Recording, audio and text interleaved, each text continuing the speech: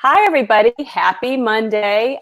We are here broadcasting from my bedroom again. This is just getting to be a place of comfort for me to do these little casts from. But I have my really dear friend, Svetlana Kaminsky, the Executive Director of the Children's Guardian Fund. Here's a special guest today. Welcome, Svetlana. Thank you so much for having me. I'm so glad to have you here. So, the purpose of these casts that we've been doing is one, for people that are local to learn more about goods and services that are in the area, learn about the people that run their companies. But also in that, I want to reach out and share some of the needs of our community. And so the Children's Guardian Fund serves a big need for the children in our community. And so for those who are watching, would you just kind of give them a little history about the Children's Guardian Fund and how you got involved? Sure. So the fund was established in 1995 by volunteers, guardian ad litem volunteers, who just recognized the simple need. Kids in foster care didn't receive any normalcy, even simple things like a birthday celebration. So those volunteers fundraised and got enough funds to just begin providing birthday gifts. And after that, they kind of started looking at other opportunities that children were missing out on and started adding bicycles and summer camps and prom. And then I applied for the job in 2012 when I moved to Sarasota, got the job. It was quite a small organization back then with just one employee. I was the only one.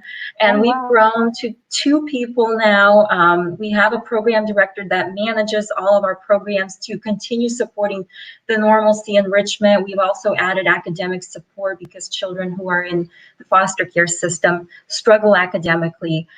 So it's been a wonderful journey for me personally to see how this organization has been growing and flourishing, and then just working with community volunteers, because that's also stayed a big part of the organization. Our grassroots of volunteer base, we continue to work with lots of volunteers, so we accomplish a lot with just 2 people. You certainly do, and I was going to say, even just the work that you do, I admired you from afar when we were doing a few events last summer, and then we had the Santa Claus meet and greet for the kids that came in December of last year. And so I've always worked well together, but now that I'm serving on the board with you, I really see all the work that you do, and you're amazing, and you just have such a great attitude and spirit. This is what these kids need. They need volunteers. They need people that are advocates for them, for their voice. I was very shocked to hear that a lot of these kids have never had new clothes, that getting clothes with a tag on them is something that they didn't recognize. Like, why is this tag on here? So that really spoke to me, and I was like, everybody needs a new pair of shoes and new clothes that aren't hand-me-downs from someone else. And so even just kind of the basics, if you will, is something that I wanted to get involved with. So and I know there's different ways that people can help out throughout the year, but what are some of your really strong call to actions right now because of COVID? I know we've had some real needs that have emerged because of this. Can you speak to that? Absolutely. So the easiest thing that anyone can do right now is if you've got a dusty old laptop or desktop sitting around your house and you don't know what to do with it, you're worried about data on there, we have a program. It's a refurbishing program. They will delete the hard drive. It will be clean, sanitized. None of your data will get stolen. And then they get rebuilt, programmed for kids in school, and then they get distributed to children in foster and state care. So that's low hanging fruit. If you've got some old dusty laptop, on our website, you can get information about how to donate that. The second thing you can do is go on our website and check us out, make a donation. You can do a one-time gift, you can do a recurring gift, $5 a month recurring gift. That's not going to make a dent, but it'll mean something to a child in state care. We also have, we partner with our Guardian Ad Litem program here locally, and they really need volunteers, advocates who will speak for the child in the court system. So 50% of our children are 5 and under. Can you imagine that? They need advocates, people who will make sure that their voice is being heard. So if you've got time on your hands, check out 12gal.org and you can learn more about becoming a child advocate. All the training right now because of COVID is virtual. So you can go through the training online, and you can get sworn in by a judge online. So they're being safety minded, so it's doable. And then the last thing, we've got an event coming up November 9th, and Debbie's on our planning committee, so she Yes, can I maybe know. share a little bit more. But that's another way, is by joining us at that event. Wow, well, that's great. So I would like to just speak to a few of those things that you mentioned. If anybody's watching and you have a laptop or a desktop or anything like that that you would like to donate, any one of us from the Turner team would be happy to come pick that up and take that donation down to where it needs to be delivered. Please, I would love to do that. I'd love to get as many as we can. I know through COVID, and also why I'm broadcasting from my bedroom on this laptop, which is my son's, because it's the best one in the house. Mine's kind of slow, so you might be getting one from me. But, you know, I know that, you know, these kids that are trying to learn from home and get their schooling in and stuff, these laptops are critical. So the other thing is your donations are tax deductible. So, you know, everybody could, I'm sure, use a few tax breaks out there here. So there's just a lot of really good reasons why you know, should donate and give these items. I would also like to speak a little bit more about the volunteering. What I'll do is I'll put a link at the end of this broadcast, so that all you have to do is click the link to find out more about volunteering. Svetlana, how many children roughly are we looking at in Manatee and Sarasota counties right now that need these ad items? Well, Manatee County, they have it a little more difficult, I would say. They have 900 children. Sarasota only has around 450. So Manatee County is, they've got over 100 children, probably closer to 200, who are waiting to get assigned a volunteer. Oh, yeah, we got to make something happen here. We got to get some people involved. I know there's people out there that do have some time, and what a great thing to give back and be a part of a child's life that you can really make a difference, especially now, you know, during this time. So I really hope that we get some volunteers that'll come from that. The next thing I'd like to move on to that you also mentioned is our fundraiser. So in the past, because this will be my first year being a part of that, but in the past, Svetlana, let's talk about that luncheon that normally takes place and how big it is and some of the things that happen during that event. So typically, we've always had a luncheon at Michael's on the East, 350, 370 people in the room. And this year, you know, looking at COVID, we felt that probably not a good idea to pack that many people in one space. So we have decided to pivot that into a virtual event that's going to happen same dates, not same time, same day, not same place though.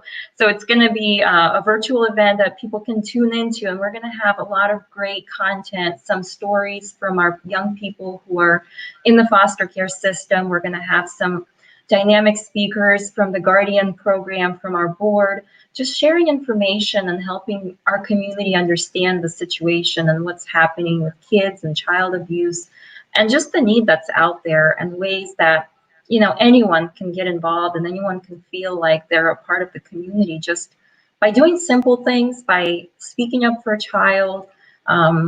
It's not that hard. We can all make a difference. We can all be in this together for our kids, so that our children can have a safe community to thrive in. Because again, if you think about the fact that 50% are under 5, it's not their fault that they're in the system. And so, you know, I think that we can all pitch in and do a little bit and really make a difference. Yeah, and you know, the other thing too that I thought was really interesting is I was hearing about, you know, some of the numbers and why there are more cases is, you know, there's a lot of people that are out of work. Some of these families are hit very hard financially, and so that causes more stress. Everybody's piled on each other around the house, and you know, getting on each other's nerves and stuff like that. And so you know, there's more outbursts, there's more issues, there's more fear, you know, about the money and everything. Mm-hmm. So, you know, I understand how things could escalate like that, and so we really need to step in and help with that. As far as the luncheon goes, since we're doing it virtually now, this kind of opens it up to anyone that wants to be involved. So we would love to have as many participants as we can.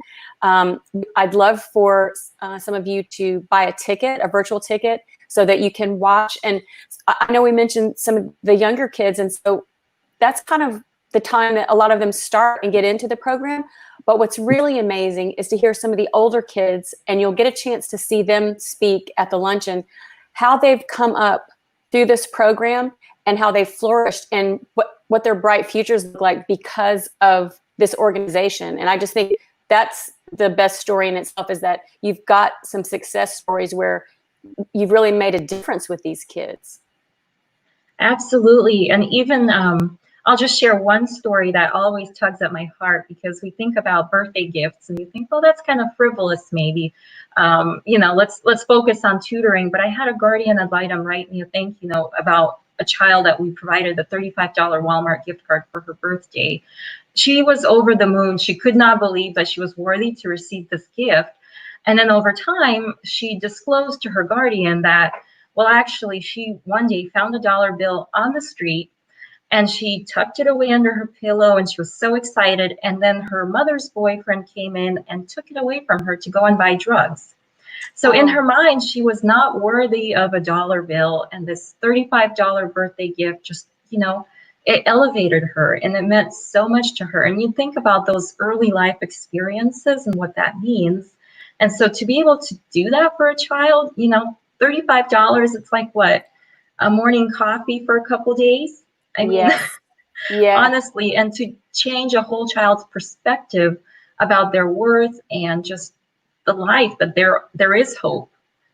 Yes, it is. And like you said, it could be something so small, but it could feel really big to someone else. And so we're going to be coming strong for some volunteers and some donations. The little bit closer it gets to this event, I know Turner Real Estate has become a sponsor. So any of my friends that are watching, I'm going to tag you in my post and I'm going to be coming after you. I know, especially in real estate, we've been very fortunate, and real estate has been very good to us over COVID. And there's some people that are, really doing well, and they've got the ability to give back and to help out with these kids. And so I'm going to be coming after you guys.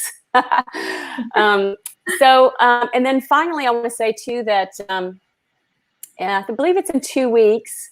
I'm going to have Carla is going to come on from Coldwell Banker, and her and I are going to get on here. We joined the board about the same time, and so she and I are going to bust out and call out to our realtors in the community to be a part of this and to donate and to give back. Oh, that's great! I didn't know you guys were doing that. Awesome. Yeah. So I said, hey, you know what? It's kind of we're kind of competing brokerages and stuff, but we both started on the board for different reasons, and but all for the cause of the kids. And so we're going to get together and do a little cast like this as well. I love that.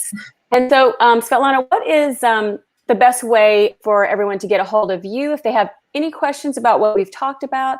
If they want to volunteer, could you speak just real quickly about how businesses can get involved? I know we have a few of our business partners that have really helped out with the bicycles and things like that. What's some of the benefits for the local businesses in the area that could help out? Absolutely. Well, the first one is to become a sponsor for the fall luncheon, because your name, if you get a sponsorship in by August 15th, your name will be printed and mailed on the invitation, as well as on all of the online materials that are going to be released for this online virtual event. So that's just a great way to get some publicity. Again, it's tax deductible. So if you're looking for that tax break, that you can make the financial contribution. And then businesses can also, we've got smaller kind of businesses where they have something set up in the lobby about volunteering or about supporting the fund. You can have a table with our information on it if you're interested in that. And any other ideas you might have about helping out, you can just give me a call. I'm at 941-504-9515, or email. I'm at admin@childrensguardianfund.org. So both ways, just reach out to me and we can talk some more and brainstorm, because again, we're heavily volunteer supported. We're a team of 2. So support from the community means a lot and makes a big difference for us. It absolutely does. Or if you're watching and you have a small company, you just want to donate something for one of our raffles or a gift basket, or in every little bit helps, and we would just appreciate it so much. Well, Yeah. Svetlana, thank you so much. I know you're a busy lady, and I really appreciate you on a Monday checking in with us, and I really appreciate your time, and I look forward to working with you over our events in the next coming months. Thank you so much, Debbie, for having me. I love what you're doing with these live casts. It's great that you're spreading the word out in the community. Thanks again. Thanks. All right. Have a good day, everyone. Bye.